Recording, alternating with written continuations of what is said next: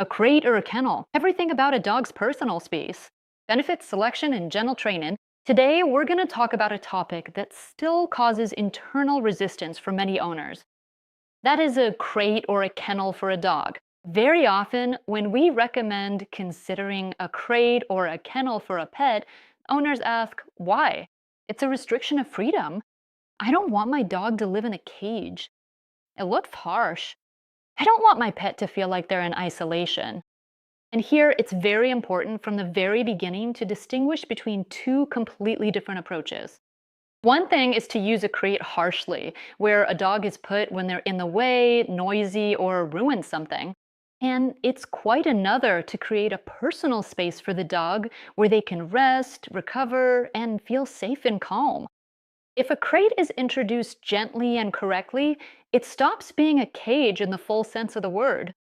For a dog, it becomes something like their own little house, a protected corner where they can escape from noise, activity, overstimulation, and excessive impressions. That's exactly how this idea should be viewed, not as a restriction, but as support, not as a punishment, but as a place of strength. Why does a dog even need a shelter? Animals have an innate need for a safe, protected space. It's a very basic thing. When there are too many stimuli around, when the nervous system is tired, when there's a lot of noise, movement, and interaction, the body and mind need a way to wind down and enter a state of recovery. For many dogs, open space isn't always comfortable, especially if the dog is anxious, sensitive, excitable, young, hasn't learned to self regulate well yet, or lives in a very busy environment. In such a situation, a small, clear, familiar space has a calming effect. It reduces the number of stimuli and gives the dog a sense of predictability. That's why a kennel or a crate can be really helpful. Not because the dog needs to be put somewhere, but because it's important for them to have a place where nothing is required, where they don't have to monitor everything happening, react to every sound, or be on guard all the time. When is a crate especially useful? The first important function of a crate is controlling overstimulation. Many dogs find it hard to stop on their own, especially puppies, adolescents, and emotional active dogs. They can get tired but not know how to switch off. And then a paradoxical situation arises. The dog has needed rest for a long time, but instead starts running even more, biting, barking, grabbing things, racing around the house, and getting even more wound up. At this point, the crate can act as a gentle break. Not in a sense of stop right now, but in the sense of I'll help you transition from excitement mode to rest mode. If the space is familiar, cozy, and associated with relaxation, it becomes much easier for the dog to recover. The second function is support when alone. When a dog is gradually and correctly trained to a crate, this space begins to be associated with a clear ritual. It's calm here, I rest here, nothing bad happens here. And then short periods of the owner's absence are easier to handle. Not because the crate solves loneliness, but because it adds predictability and removes some of the overload. The third important function is reducing the number of triggers. In a normal apartment, a dog is constantly hearing, seeing, and tracking things. Someone passed the door, an elevator slammed, a child ran by, dishes clattered, a courier arrived, a car braked outside. For a stable dog, it's background noise. For a sensitive one, it's a constant stream of irritants. A crate, especially if partially covered and in a quiet part of the house, helps to shelter from this stream a bit. The fourth function is support during fears and overload. Thunderstorms, fireworks, guests, active kids, renovations, a noisy evening at home. All of this can be difficult for a dog. And if they already have their own place of power, familiar and reliable, they handle such periods much more easily. And of course, a crate or carrier is very convenient for travel. A dog that already has experience being calm in such a space usually handles cars, new places, hotels, and changes of scenery better. For them, a piece of their familiar world remains, traveling right along with them. How do you choose the right crate? It's very important here to avoid the room to grow principle. The crate must be the right size for the dog. This means the dog should be able to stand at full height, turn around easily, and lie down fully stretched out. If the crate is too cramped, it's uncomfortable, but one that's too large isn't always good either, especially for a puppy. Too much space can lose the feeling of shelter, so for puppies, a temporary option with a divider or a model that can be replaced later is often better. As a guide for the right size, you can add 10 to 15 centimeters to the height at the withers and 10 to 20 centimeters to the dog's body length. Next question. Which type of construction should you choose? For the home, it's usually most convenient to use a metal crate. It's well ventilated, provides a view, and is easy to integrate into the apartment space. And by the way, nowadays, a crate doesn't necessarily have to look like something crude and unattractive. There are very neat aesthetic models that fit into the interior or even disguise themselves as furniture. For trips, a plastic carrier is usually better. It gives the dog more of a sense of shelter, better blocks out excess visual stimuli, and often makes the trip calmer. Especially for sensitive dogs, this can be a really comfortable option. Where should you put the crate? It seems like a small thing, but the placement is actually very important. The best logic is to place the crate where family life happens, but where there's still a chance to rest quietly. For example, in the living room, near a workspace, or in a corner of the bedroom. Then the dog isn't isolated or excluded from their social group, but they can retreat into the quiet if needed. What's not so great? Placing the crate in total isolation in a separate room, putting it in a hallway where it's always noisy with people passing, or where there's constant bright light, drafts, or household chaos. The idea is that the crate shouldn't be a place of exile, but part of a shared space where the dog feels calm. How do you set up the crate? A dog shouldn't just be put into an empty metal structure. If you do that, you can't really expect them to like it. So, what helps?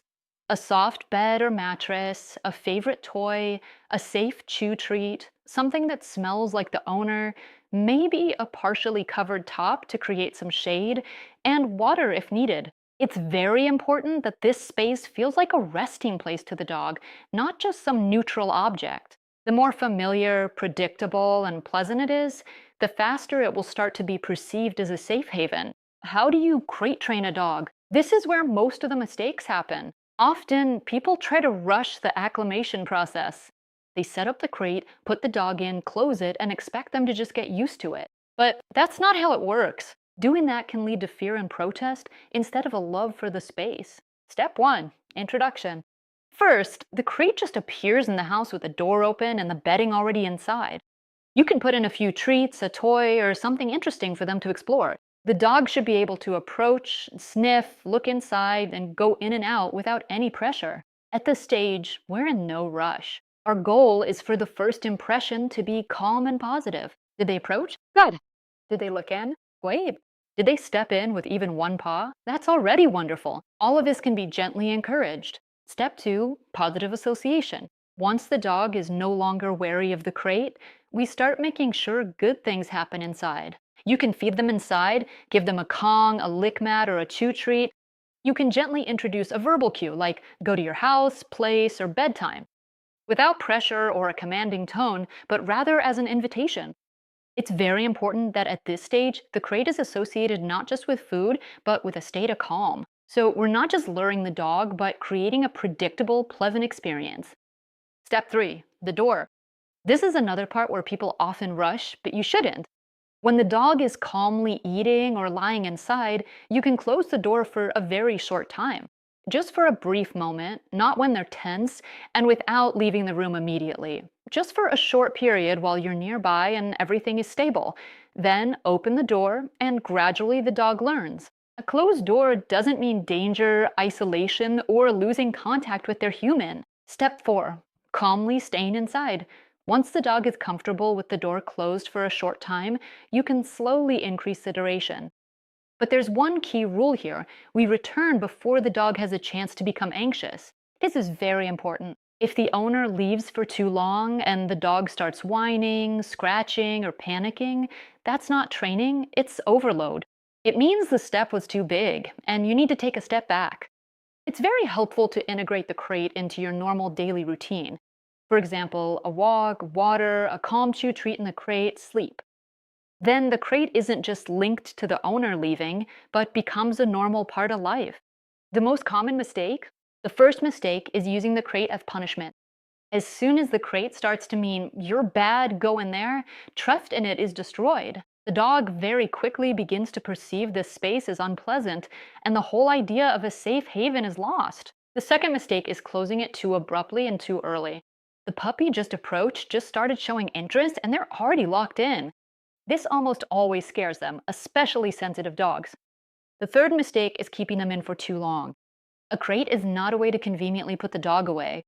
It's a tool for rest, support, and safety. Long term, regular confinement in a crate without enough movement, social interaction, walks, and life is already an overload.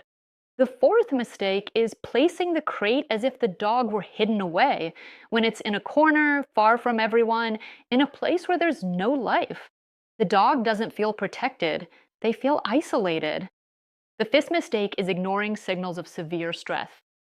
If the dog whines, scratches, breathes heavily, or panics, this is not the time to be firmer. It's a signal that the process is moving too fast. In such a situation, you shouldn't increase the pressure, but take a step back and rethink the pace. How do you know the crate has become their own? This is usually very clear from their behavior. The dog enters the crate on their own, chooses it for sleep, and takes a toy or treat inside.